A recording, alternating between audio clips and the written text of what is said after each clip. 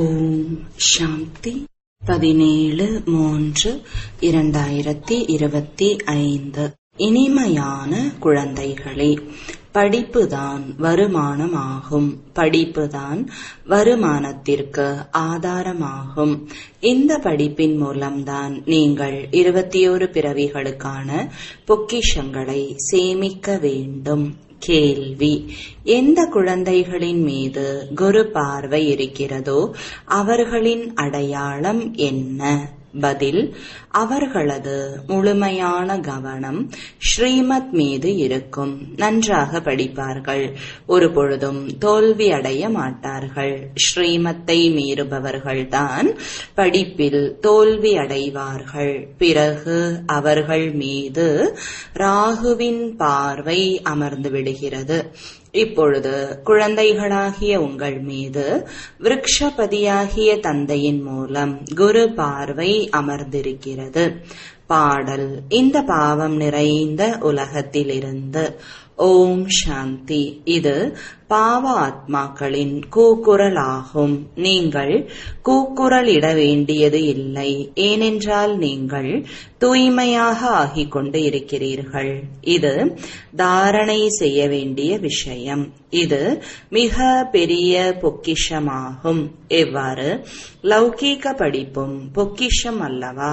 படிப்பின் மூலம் ஷரீர நிர்வாகம் நடைபெறுகிறது. இறைவன் கற்பிக்கிறார் என்பதை குழந்தைகள் அறிவீர்கள்.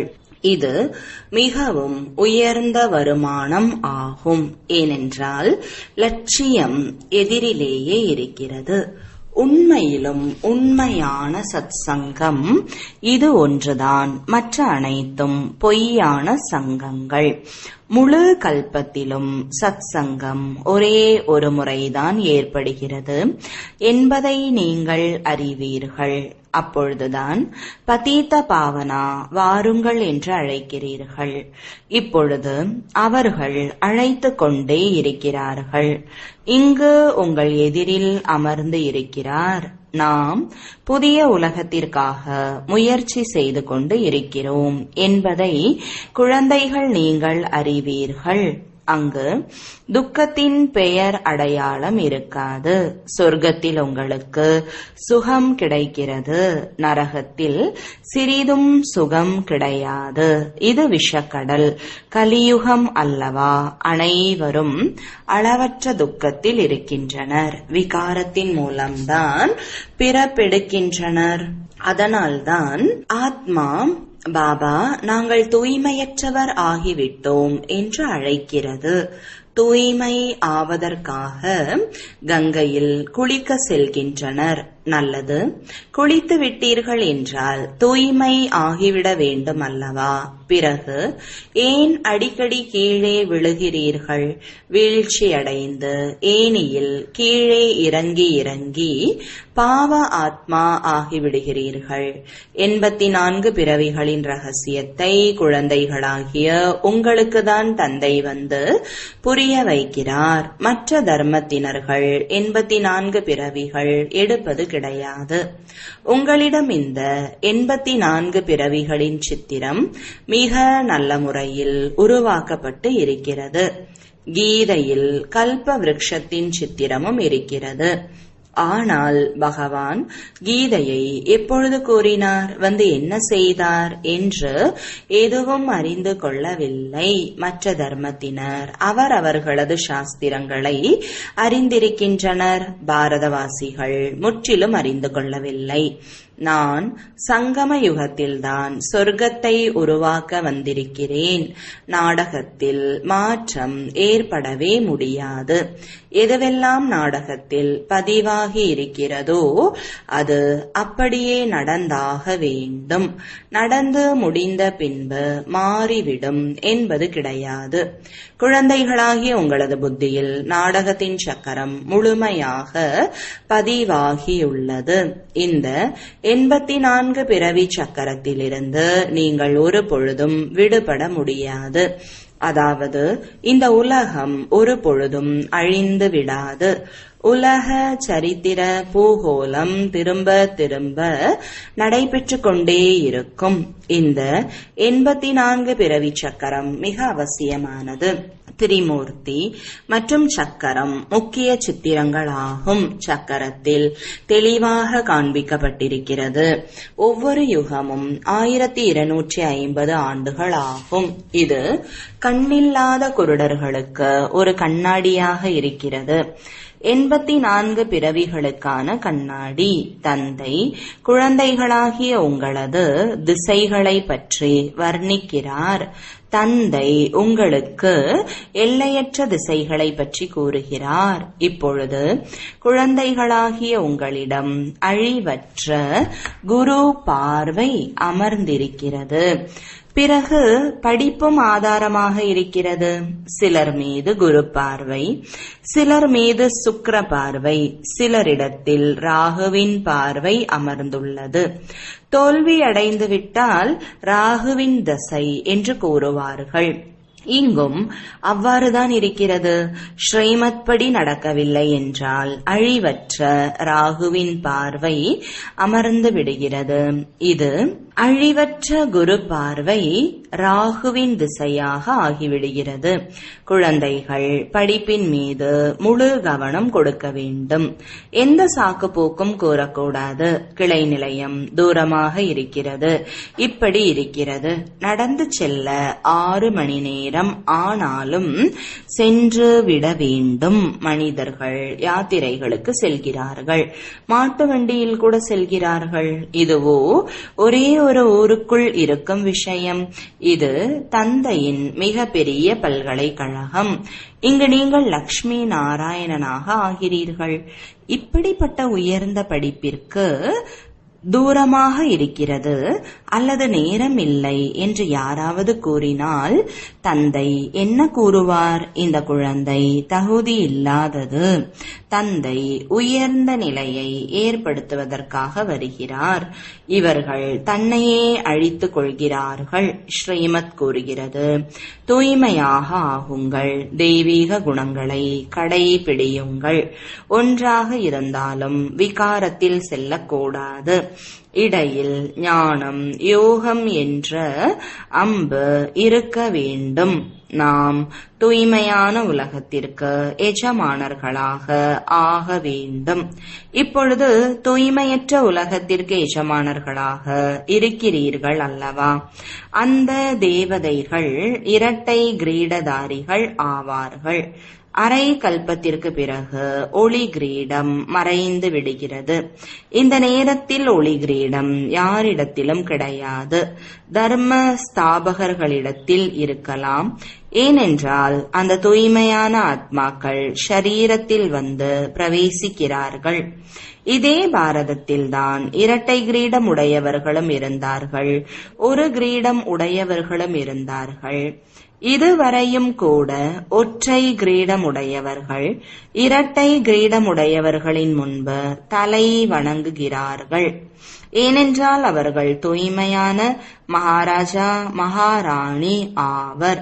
மகாராஜா என்றால் ராஜாக்களை விட உயர்ந்தவர்கள். அவர்களிடத்தில் அதிகமான நிலங்களும் இருந்தன. சபைகளிலும் மகாராஜாக்கள் முன்வரிசையிலும் ராஜாக்கள் பின்வரிசையிலும் வரிசைப்படியாக அமர்வார்கள். நியமப்படி அவர்களது அரச சபை கூடும். இதுவும் ஈஸ்வரிய சபை. இது இந்திர சபை என்று பாடப்படுகிறது. நீங்கள் ஞானத்தின் மூலம் பரிகளாக ஆகின்றீர்கள். மிக அழகாக இருப்பவர்கள் தேவதைகள் என்று கூறப்படுவார்கள் அல்லவா? ராதை கிருஷ்ணர் இயற்கையான அழகுடன் இருப்பர். அதனால்தான் அழகானவர்கள் என்றழைக்கப்படுகிறார்கள்.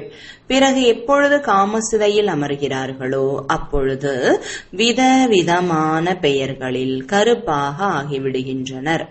இந்த விஷயங்கள் எந்த சாஸ்திரங்களிலும் கிடையாது. ஞானம், பக்தி மற்றும் வைராகியம் 3 விஷயங்கள் உள்ளன. ஞானம் உயர்ந்ததிலும் உயர்ந்தது ஆகும். இப்பொழுது நீங்கள் ஞானத்தை அடைந்து கொண்டிருக்கிறீர்கள். உங்களுக்கு பக்தியின் மீது வைராகியம் ஏற்பட்டிருக்கிறது. இந்த முழு தமோ பிரதான உலகம் இப்பொழுது அழிந்து போக போகிறது. இதன் மீது வைராகியம் ஏற்படுகிறது. எப்பொழுது புது கட்டிடம் கட்டப்படுகிறதோ அப்பொழுது பழையதின் மீது வைராகியம் ஏற்பட்டுவிடும் அல்லவா? அது எல்லைக்கு உட்பட்ட விஷயம். இது எல்லையற்ற விஷயம்.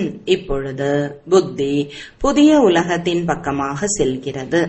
இது பழைய உலகம், நரகம், சத்யுகம், திரேதாயுகம், சிவாலயம் என்றழைக்கப்படுகிறது. சிவபாபாவினால் ஸ்தாபனை செய்யப்பட்டது அல்லவா? இப்பொழுது இந்த வைஷ்யாலயத்தின் மீது உங்களுக்கு கோபம் வருகிறது. சிலருக்கு கோபம் வருவது கிடையாது. திருமணத்தில் வீண் செலவு செய்து பள்ளத்தில் தள்ள விரும்புகிறார்கள். அனைத்து மனிதர்களும் விகார நதியில் இருக்கிறார்கள். அசுத்தத்தில் விழுந்து கிடக்கின்றனர். ஒருவருக்கொருவர் துக்கம் கொடுக்கின்றனர். அமிர்தத்தை விடுத்து விஷத்தை ஏன் எடுத்துக்கொள்கிறீர்கள் என்று பாடப்படுகிறது. எதுவெல்லாம் கூறுகிறார்களோ அதன் பொருளை புரிந்து கொள்வது கிடையாது. குழந்தைகளாகிய உங்களிலும் வரிசைப்படியாக இருக்கிறீர்கள். புத்திசாலி ஆசிரியர் பார்த்த உடனேயே புரிந்து கொள்வார். இவரது புத்தி எங்கு சுழன்று கொண்டிருக்கிறது? வகுப்பின் இடையில் யாராவது கொட்டாவி விட்டால் அல்லது தூங்கி வழிந்தால் இவரது புத்தியானது வீடு அல்லது தொழில் பக்கம் அலைந்து கொண்டிருக்கிறது என்று புரிந்து கொள்ளுங்கள். கொட்டாவி என்பது களைப்பின் அடையாளமாக இருக்கிறது. தொழிலில் மனிதர்களுக்கு வருமானம் ஏற்படுவதால் இரவு 1-2 மணி வரைக்கும் அமர்ந்து கொண்டிருப்பார்கள். ஒரு பொழுதும் கொட்டாவி வராது. இங்கு தந்தை எவ்வளவு பொக்கிஷங்களை கொடுக்கிறார். கொட்டாவி விடுவது நஷ்டத்தின் அடையாளம். திவாலாக கூடியவர்கள் தூங்கி வழிவதுடன் அதிகமாக கொட்டாவி விடுவார்கள். உங்களுக்கு பொக்கிஷத்திற்கு பின் பொக்கிஷம் கிடைத்து கொண்டிருக்கிறது என்றால் எவ்வளவு கவனத்துடன் இருக்க வேண்டும். படிக்கின்ற நேரத்தில் யாராவது கொட்டாவி விட்டால் புத்திசாலியான ஆசிரியர் புரிந்து கொள்வார். இவரது புத்தியின் நினைவு வேறு பக்கமாக அலைந்து கொண்டிருக்கிறது. இங்கு அமர்ந்து இருக்கும் பொழுது வீட்டின் நினைவு வரும், குழந்தைகளின் நினைவு வரும். இங்கு நீங்கள் பட்டியில் இருக்க வேண்டும். வேறு யாருடைய நினைவும் வரக்கூடாது. சிலர் 6 நாட்கள் பட்டியில் இருக்கிறார்கள் என்று வைத்துக் கொள்ளுங்கள். கடைசி நேரத்தில் மற்றவரது நினைவு வந்துவிட்டால் தோல்வி என்றுதான் கூற முடியும். பிறகு மீண்டும் 7 நாட்கள் ஆரம்பிக்க வேண்டும். 7 நாட்கள் பட்டியில் இருக்கும் பொழுது அனைத்து நோய்களும் நீங்கிவிடும். நீங்கள் அரை கல்பத்திற்கு மிக பெரிய நோயாளிகளாக இருக்கிறீர்கள். அமர்ந்து இருக்கும் பொழுதே அகால மரணம் ஏற்பட்டு விடுகிறது. சத்யுகத்தில் ஒரு பொழுதும் இவ்வாறு ஏற்படாது. இங்கு ஏதாவது வியாதிகள் ஏற்பட்டு கொண்டே இருக்கிறது. இறக்கும் நேரத்தில் வியாதியால் கதறுகின்றனர். சொர்க்கத்தில் சிறிதும் துக்கம் இருக்காது. அங்கு சரியான நேரத்தில் இப்பொழுது நேரம் முடிவடைந்து விட்டது. நான் இந்த ஷரீரத்தை விடுத்து குழந்தையாக ஆக வேண்டும் என்பதை புரிந்து கொள்வார்கள். இங்கும் உங்களுக்கு காட்சி கிடைக்கும். இவ்வாறு ஆவேன், இவ்வாறு பலருக்கு காட்சி கிடைக்கிறது. ஞானத்தின் மூலமாக அறிந்து கொள்கிறீர்கள். நாம் யாசகரிலிருந்து இளவரசராக ஆகிக் கொண்டிருக்கிறோம். இந்த ராதை கிருஷ்ணராவதுதான் நமது லட்சியம் மற்றும் குறிக்கோள். லக்ஷ்மி நாராயணன் கிடையாது. ராதை கிருஷ்ணராக வேண்டும். ஏனென்றால் முழு 5000 ஆண்டுகள் என்று இவர்களை தான் கூற முடியும். லக்ஷ்மி நாராயணனையும் 20-25 ஆண்டுகள் அவர்களுக்கு குறைவு ஏற்பட்டு விடுகிறது. விடுகிறது. அதனால்தான் கிருஷ்ணருக்கு அதிகமான புகழ் இருக்கிறது. ராதை கிருஷ்ணர் தான் லக்ஷ்மி நாராயணராக ஆகிறார்கள் என்பது யாருக்கும் தெரியாது. இப்பொழுது குழந்தைகளாகிய நீங்கள் அறிந்து கொண்டே செல்கிறீர்கள். இது படிப்பாகும். ஒவ்வொருவரிலும் கிளை நிலையங்களை திறந்து கொண்டே இருக்க வேண்டும். இது உங்களுடைய பல்கலைக்கழகம் மற்றும் மருத்துவமனை. இதற்கு 3 அடி இருந்தால் போதுமானது. ஆச்சரியம் அல்லவா? யாருக்கு அதிர்ஷ்டம் இருக்கிறதோ அவர்கள் தங்களது அறையில் கூட சத்சங்கங்களை திறந்து விடுவார்கள். இங்கு யார் அதிக செல்வம் உடையவர்களாக இருக்கிறார்களோ அவர்களது செல்வம் அனைத்தும் மண்ணோடு மண்ணாக ஆகிவிடும். நீங்கள் எதிர்கால 21 ஜென்மங்களுக்காக தந்தையிடமிருந்து ஆஸ்தியை அடைந்து கொண்டு இருக்கிறீர்கள். தந்தை அவரே கூறுகிறார், நீங்கள் இந்த பழைய உலகத்திலிருந்து புத்தியின் தொடர்பை நீக்கி பாபாவிடம் செலுத்துங்கள். காரியங்களை செய்தாலும் பயிற்சி செய்யுங்கள். ஒவ்வொரு விஷயத்தையும் பார்க்க வேண்டி இருக்கிறது. நீங்கள் இப்பொழுது பயிற்சி செய்து கொண்டு இருங்கள். எப்பொழுதும் தூய்மையான காரியங்களை மட்டுமே செய்யுங்கள். அசுத்த காரியங்கள் எதுவும் செய்யாதீர்கள் என்று தந்தை புரிய வைக்கிறார். ஏதாவது நோய் ஏற்பட்டால் மருத்துவர் அமர்ந்திருக்கிறார். அவரிடத்தில் வழி கேளுங்கள். ஒவ்வொருவரின் வியாதியும் தனிப்பட்டது. சர்ஜனிடமிருந்து நல்ல வழி கிடைக்கும். இந்த சூழ்நிலையில் என்ன செய்ய வேண்டும் என்று கேளுங்கள்.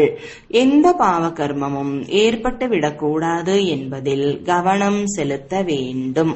உணவு எப்படியோ அப்படிதான் மனம் என்று பாடப்பட்டிருக்கிறது. மாமிசம் வாங்கக்கூடியவர்கள், விற்கக்கூடியவர்கள், பரிமாறக்கூடியவர்களுக்கும் பாவம் ஏற்படுகிறது. தந்தை பதீத பாவனர். அவரிடம் எந்த விஷயத்தையும் மறைக்க கூடாது. மருத்துவரிடம் மறைக்கிறோம் என்றால் நோய் அகலாது. இவர் எல்லையற்ற அழிவற்ற மருத்துவர். இந்த விஷயங்களை உலகத்தினர் யாரும் அறிந்து கொள்ளவில்லை. உங்களுக்கும் இப்பொழுது ஞானம் கிடைத்துக் கொண்டிருக்கிறது. இருந்தாலும் நினைவில் மிகவும் குறைவாக இருக்கிறீர்கள். முற்றிலும் நினைவு செய்வது கிடையாது. உடனேயே நினைவு நிலைத்து விடாது என்பதை தந்தையும் அறிவார். வரிசைப்படியாக இருக்கிறது அல்லவா? எப்பொழுது நினைவு யாத்திரை முடிவடையுமோ அப்பொழுதுதான் கர்மாதி நிலை ஏற்பட்டு விடுகிறது. பிறகு யுத்தமும் முழு வீச்சில் நடைபெறும். அதுவரை ஏதாவது நடைபெற்று கொண்டே இருக்கும். பிறகு முடிவடையும். யுத்தம் எப்பொழுது வேண்டும் என்றாலும் வெடித்துவிடும். ஆனால் எதுவரை ராஜ்யம் ஸ்தாபனையாகவில்லையோ அதுவரை பெரிய யுத்தம் நடைபெறாது என்று விவேகம் கூறுகிறது. சிறிது சிறிது நடைபெற்று முடிவடைந்து விடும். ராஜ்யம் ஸ்தாபனையாகி கொண்டிருக்கிறது என்பதை யாரும் அறிந்து கொள்ளவில்லை. சதோ பிரதானம் சதோ ரஜோ தமோ புத்தி இருக்கிறது அல்லவா? உங்களிலும் சதோ பிரதான புத்தியுடையவர்கள் மிகவும் நல்ல முறையில் நினைவு செய்து கொண்டே இருப்பார்கள். இப்பொழுது பிராமணர்கள் லட்சக்கணக்கில் உருவாகி இருக்கிறார்கள். ஆனால் அதிலும் நேரடி குழந்தைகள் மற்றும் மாற்றாந்தாய் குழந்தைகள் உருவாகிறார்கள். நேரடி குழந்தைகள் நன்றாக சேவை செய்வார்கள். தாய் தந்தையின் வழிப்படி நடப்பார்கள். மாற்றாந்தாய் குழந்தைகள் ராவணனுடைய வழிப்படி நடப்பார்கள். சிலர் ராவணனுடைய வழிப்படி, சிலர் ராமரின் வழிப்படி நொண்டிக்கொண்டே நடப்பார்கள். குழந்தைகள் பாடலை கேட்டீர்கள் அல்லவா? பாபா எங்கு சுகம் இருக்குமோ அப்படிப்பட்ட இடத்திற்கு அழைத்து செல்லுங்கள் என்று கூறுகிறார். சொர்க்கத்தில் சுகமே சுகம்தான் இருக்கும். துக்கத்தின் பெயர் அடையாளம் இருக்காது. சொர்க்கம் என்று கூறப்படுவது சத்தியுகத்தை தான். இப்பொழுது இது கலியுகம். பிறகு இங்கு சொர்க்கம் எங்கிருந்து வந்தது? இப்பொழுது உங்களுடைய புத்தி தூய்மையானதாக ஆகிக் கொண்டே செல்கிறது. தூய புத்தியுடையவர்களை அசுத்தமான புத்தியுடையவர்கள் வணங்குகிறார்கள். தூய்மையாக இருப்பவர்களுக்கு மரியாதை இருக்கிறது. துறவிகள் தூய்மையாக இருப்பதால் இல்லறத்தை சார்ந்தவர்கள் அவர்களுக்கு தலை வணங்குகிறார்கள். துறவிகள் விகாரத்தின் மூலம் பிறப்பை எடுத்து பிறகு துறவிகளாக ஆகிறார்கள். தேவதைகள் முழுமையான நிர்விகாரிகள் என்று கூறப்படுகின்றனர். சந்நியாசிகளை ஒரு பொழுதும் சம்பூர்ண நிர்விகாரி என்று கூறுவது கிடையாது. ஆக குழந்தைகளாகிய உங்களுக்குள் மகிழ்ச்சியின் அளவு அதிகரிக்க வேண்டும். அதனால்தான் அதீந்திரிய சுகத்தை பற்றி கேட்க வேண்டும் என்றால் கோப கோபியர்களிடம் கேளுங்கள் என்று கூறப்பட்டிருக்கிறது. அவர்கள் தந்தையிடமிருந்து ஆஸ்தியை அடைந்து கொண்டு இருக்கிறார்கள், படித்துக் கொண்டு இருக்கிறார்கள். இங்கு எதிரில் கேட்கும் பொழுது போதை அதிகரிக்கிறது. பிறகு சிலருக்கு நிலைத்து இருக்கிறது, சிலருக்கு உடனேயே மறைந்து விடுகிறது. கெட்ட சகவாசத்தின் காரணத்தினால் போதை நிலையாக நிலைத்து இருப்பது கிடையாது. உங்களது கிளை நிலையங்களில் இவ்வாறு பலர் வருகிறார்கள். சிறிது போதை அதிகரிக்கிறது. பிறகு பார்ட்டிகளுக்கு சென்று மதுபானம், சிகரெட், பீடி போன்றவைகளை குடித்துவிட்டால் முடிந்தது. கெட்ட சகவாசம் மிகவும் கெட்டது. அன்னமும் கொக்கும் ஒன்றாக சேர்ந்து இருக்க இயலாது. கணவன் அன்னமாக ஆகிறார் என்றால் மனைவி கொக்காக ஆகிவிடுகிறார். சில இடங்களில் மனைவி அன்னப்பறவையாக, கணவன் கொக்காக ஆகிவிடுகிறார். தூய்மையாக ஆக வேண்டும் என்று கூறினால் அடி வாங்குகிறாள். சில வீடுகளில் அனைவரும் அன்னத்தை போல இருக்கிறார்கள். நாளடைவில் அன்னத்திலிருந்து கொக்காகவும் ஆகிவிடுகிறார்கள். தன்னை சுகமானவராக ஆக்கிக் கொள்ளுங்கள். குழந்தைகளையும் சுகமானவர்களாக ஆக்குங்கள் என்று தந்தை கூறுகிறார். இங்கு துக்கம் இருக்கிறது அல்லவா? இப்பொழுது பல ஆபத்துகள் வர இருக்கின்றன. பிறகு பாருங்கள், ஐயோ ஐயோ என்று கதறுவார்கள். தந்தை வந்திருக்கிறார். நாம் தந்தையிடமிருந்து ஆஸ்தி அடையவில்லை என்றால் பிறகு மிகவும் தாமதமாகிவிடும். தந்தை சொர்க்கத்தின் ராஜ்யத்தை கொடுக்க வந்திருக்கிறார். அதை இழந்து அமர்ந்து இருக்கிறார்கள். அதனால்தான் தந்தை புரிய வைக்கிறார். பாபாவிடத்தில் எப்பொழுதும் உறுதியாக இருப்பவர்களை அழைத்து வாருங்கள். அவர்கள் தானும் புரிந்து கொண்டு மற்றவர்களையும் புரிய வைக்கக்கூடியவர்களாக இருக்க வேண்டும். மற்றபடி பாபா தரிசனம் செய்யக்கூடியவராக மட்டும் கிடையாது. சிவபாபா எங்காவது தென்படுவாரா? தனது ஆத்மாவை பார்த்திருக்கிறீர்களா? என்ன அறிந்து கொண்டு இருக்கிறீர்கள், அவ்வளவுதான். அவ்வாறு பரமாத்மாவையும் அறிந்து கொள்ள வேண்டும். தெய்வீக பார்வை இல்லாமல் அவரை யாரும் பார்க்க முடியாது. தெய்வீக பார்வையின் மூலம் இப்பொழுது நீங்கள் சத்தியுகத்தை பார்க்கிறீர்கள். பிறகு அங்கு நடைமுறையில் செல்ல வேண்டும். எப்பொழுது குழந்தைகளாகிய நீங்கள் கர்மாத்தீத் நிலையை அடைவீர்களோ அப்பொழுதுதான் கலியுகம் அழியும். நல்லது. இனிமையிலும் இனிமையான தேடி கண்டெடுக்கப்பட்ட செல்லமான குழந்தைகளுக்கு தாயும் தந்தையுமான பாப்தாதாவின் அன்பு நினைவுகள் மற்றும் காலை வணக்கங்கள். ஆன்மீக குழந்தைகளுக்கு ஆன்மீக தந்தையின் வணக்கங்கள். ஆன்மீக தந்தைக்கு ஆன்மீக குழந்தைகளின் அன்பு நினைவுகளும் வணக்கங்களும். தாரணைக்கான முக்கிய சாரம். முதலாவது, இந்த பழைய உலகை பார்த்தாலும் புத்தியின் நினைவு தந்தை மற்றும் புதிய உலகத்தின் பக்கம் ஈடுபட்டிருக்க வேண்டும். கர்ம இந்திரியங்களின் மூலம் எந்த ஒரு பாவ காரியமும் செய்துவிடக்கூடாது என்பதில் கவனம் கொள்ள வேண்டும். எப்பொழுதும் நல்ல காரியம் மட்டுமே செய்ய வேண்டும். உள்ளுக்குள் ஏதாவது நோய் இருந்தால் மருத்துவரிடம் கோரி ஆலோசனை பெற்றுக்கொள்ள வேண்டும். இரண்டாவது, கெட்ட சகவாசம் மிக மோசமானது. இதிலிருந்து தன்னை பாதுகாப்பாக வைத்துக் கொள்ள வேண்டும். தன்னை மற்றும் குடும்பத்தை சுகமானதாக ஆக்கிக் கொள்ள வேண்டும். ஒரு பொழுதும் படிப்பதற்கு சாக்கு போக்கு கூறக்கூடாது. வரதானம். உயர்ந்த பாவனையின் ஆதாரத்தினால் அனைவருக்கும் அமைதி சக்தியின் கதிர்களை வழங்கும் உலக நன்மை செய்யக்கூடியவர் ஆகுக.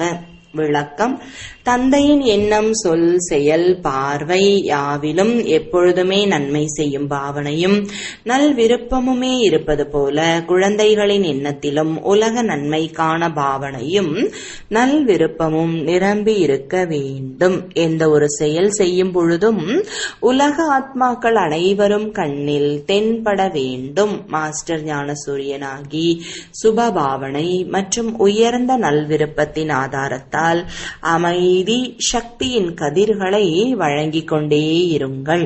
அப்பொழுதுதான் உலக நன்மை செய்யக்கூடியவர் ஆவீர்கள். ஆனால் இதற்காக அனைத்து பந்தனங்களிலிருந்தும் விடுபட்டு சுதந்திரமாக இருங்கள்.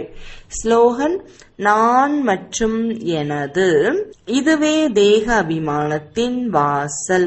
இப்பொழுது இந்த வாசலை மூடிவிடுங்கள். ஓம் சாந்தி.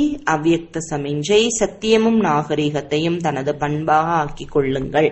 உண்மையை கண்டறிதல், எண்ணம், சொல், செயல், சம்பந்தம், உறவு யாவிலும் தெய்வீக அனுபவத்தை செய்வது. சிலர் சொல்வார்கள், நான் எப்பொழுதும் உண்மையே பேசுவேன், ஆனால் சொல்லிலும் செயலிலும் தெய்வீகம் இல்லை என்றால் பிறருக்கு உங்களது உண்மை உண்மையாக ஆகாது. எனவே சத்தியத்தின் சக்தியுடன் தெய்வீக தன்மையை கையாளுங்கள். எதனை பொறுத்து கொள்ள நேர்ந்தாலும் பயப்படாதீர்கள். உண்மை அதற்கான நேரத்தில் தானாகவே வெளிப்படும். ஓம் சாந்தி.